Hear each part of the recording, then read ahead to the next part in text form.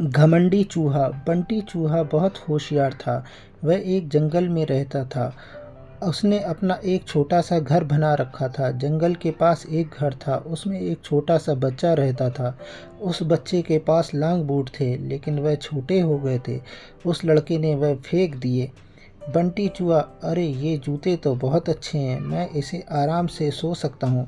बंटी चूहा एक जूते को घसीट कर अपने घर के नीचे ले आता है।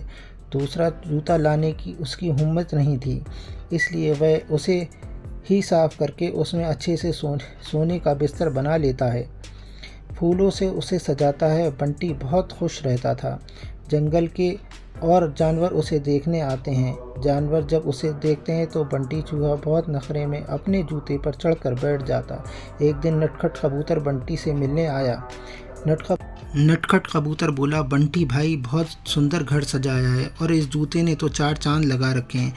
बंटी चूहा, सुन भाई, नज़र मत लगा, मैंने बहुत मुश्किल से इसे सजाया है, तुम जैसों की नज़र लगी। नटखट कबूतर, भाई मैं तुम्हें बधाई देने आया था, लेकिन लगता है तुम्हारा घमंड तो 7वें आसमान पर है।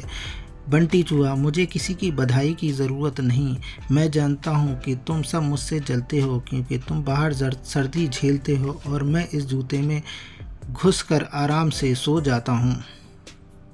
नटखट कबूतर बिना कुछ कहे उड़कर वापस चला जाता है। अब बंटी चूहा सारे दिन घूमकर खाना खाता और रात को अपने जूते में आकर सो जाता।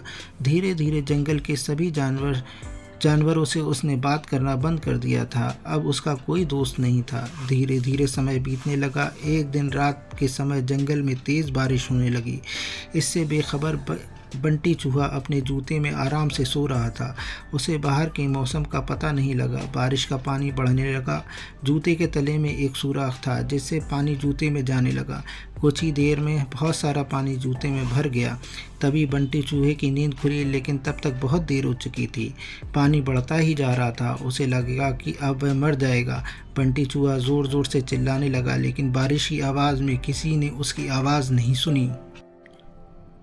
बंटी चूहे को अपनी मौत साफ नज़र आ रही थी। वह ज़ोर ज़ोर से उछलने लगा। उछलते उछलते वह जूते से बाहर निकलना चाह रहा था, लेकिन जूता इतना लंबा था कि वह बाहर नहीं निकल पा रहा था। इधर एक दूसरे घोंसले में नटखट कबूतर अपने बच्चों के साथ बैठा हुआ था।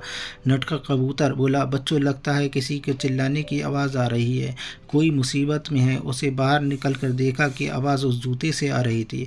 वह तुरंत समझ गया कि बंटी चूहा जूते में फंस गया है। नटखट कबूतर बिना देर किए किसी तरह उड़कर वहां पहुंच गया।